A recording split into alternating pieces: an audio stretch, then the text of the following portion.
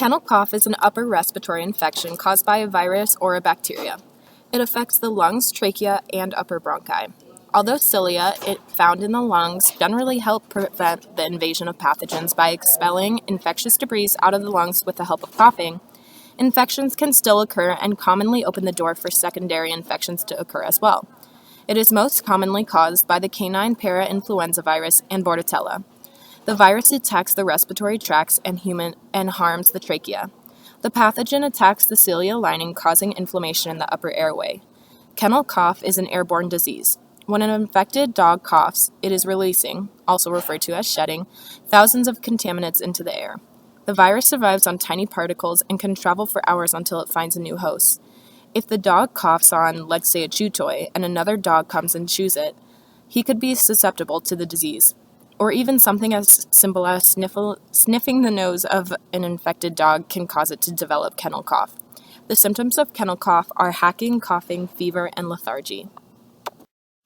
Similar to the flu vaccine, the kennel cough vaccine does not always guarantee full protection.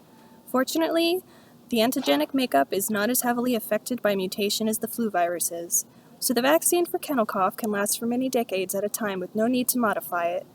By vaccinating populations at risk, for example, dogs that interact with other dogs that are in kennels, you protect the individual from illness and reduce the risk of spreading the infection. By keeping the virus from new hosts, you limit the spread of illness. When Bordetella bronchoseptica in particular infects a canine, it can not only interfere with the movement of cilia in the lungs by acting on LGA, but also create secretions capable of disabling parts of the immune system. How does the vaccine work? Activation requires antigens to be taken up and presented to MALT, the mucosal-associated lymph tissue. Subsequent proliferation of naive B cells and T lymphocytes into memory B cells and T cells are then sent to where they're needed in the body. Bordetella uses interleukin-10 to evade the host immune system response and actively avoid inflammatory responses triggered by the innate immune system. Although kennel cough can be life-threatening depending on the health of the individual, symptoms of infection generally fade after a few days once the adaptive immune system kicks in.